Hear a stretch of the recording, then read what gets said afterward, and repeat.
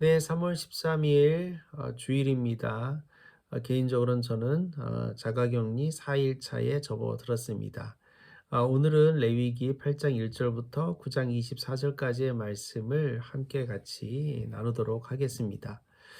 하나님께서는 이스라엘을 이집트에서 구하여 내신 것뿐만 아니라 출애굽 여정 중에서 그들에게 율법을 주셨습니다. 그 율법은 크게 제사와 관련된 제사법, 하나님과 이웃들 앞에서 거룩함을 유지하는 정결법, 그리고 일상생활 중에 서로 부딪히게 되는 문제들을 다루는 생활법 정도로 나뉠 수 있습니다.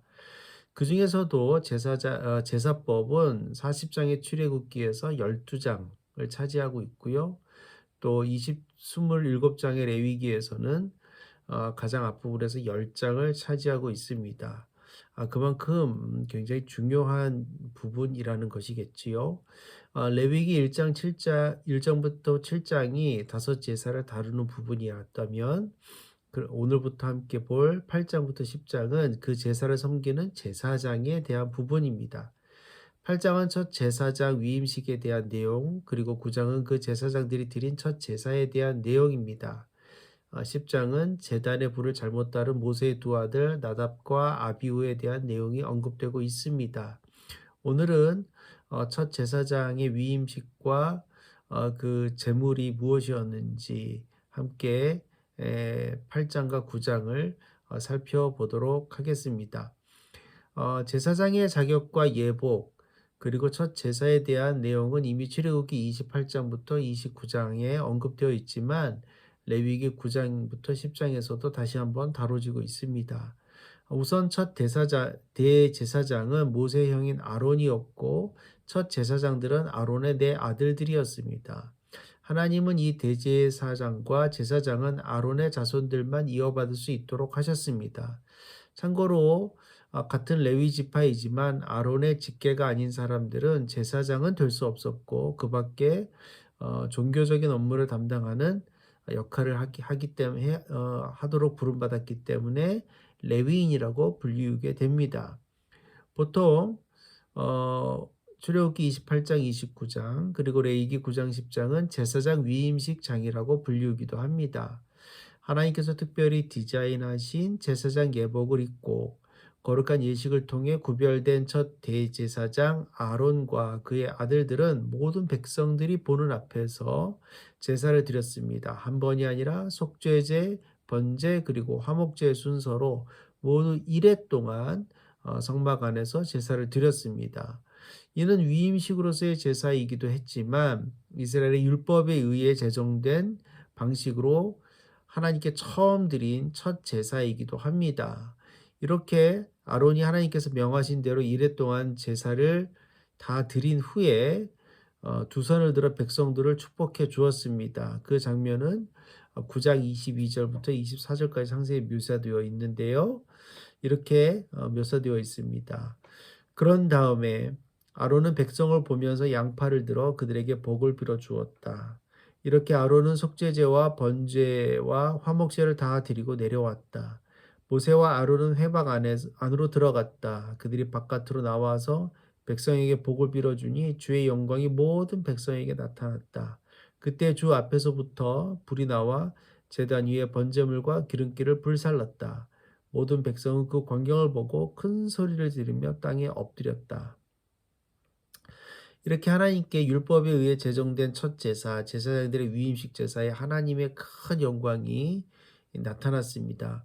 이것을 한자리에서 목격한 백성들은 하나님께 드리는 제사가 얼마나 거룩해야 하고 또 위험 있는 것이고 그들의 삶에 얼마나 큰 비중을 차지하는 것인지를 자연스럽게 깨닫고 또 그렇게 앞으로 제사를 드리게 되었던 것이지요. 하나님은 제사를 통하여 백성들과 당신을 하나로 묶어 놓으셨습니다. 제사는 백성들이 하나님께 올려드리는 희생 제사이기도 하지만 하나님께서는 그와는 비교할 수 없는 더 큰 은혜와 영광을 이 제사를 통하여 백성들에게 부어 주십니다.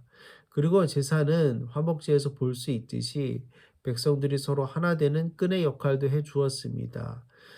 그 하나님과 백성들과 백성들 사이에 제사장이 있었습니다.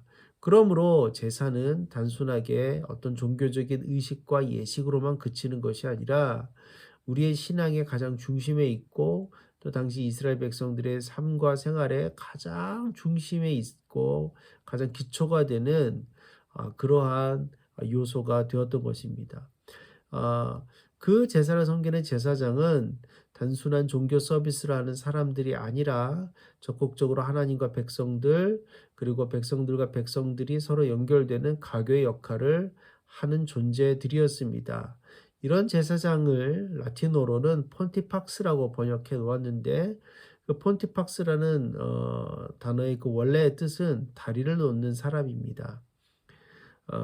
즉 구약과 중세 시대와는 달리 우리는 직접 모두 하나님 앞으로 나아가 하나님께 예배할 수 있는 존재가 되었습니다. 어 더 이상 우리에게 다리가 필요 없지요. 이렇게 우리가 직접적으로 하나님께 예배한다는 것은 우리가 다 종교인이 되거나 뭐 제사장이 된다는 직제로서 나간다는 것이 아니라 직접 하나님을 만나고 하나님을 예배하고 하나님과 관계할 수 있다는 의미에서요. 의미이고요. 그래서 이것을 만인 제사장이라고도 합니다. 그렇습니다. 우리는 모두 제사장입니다. 우선은 하나님과 깊이 교제할 수 있는 존재라는 의미이지만 나아가 하나님과 세상 사이에서 가교의 역할을 해야 하는 또 다른 역할을 갖고 있는 사명자이라는 뜻도 갖고 있습니다.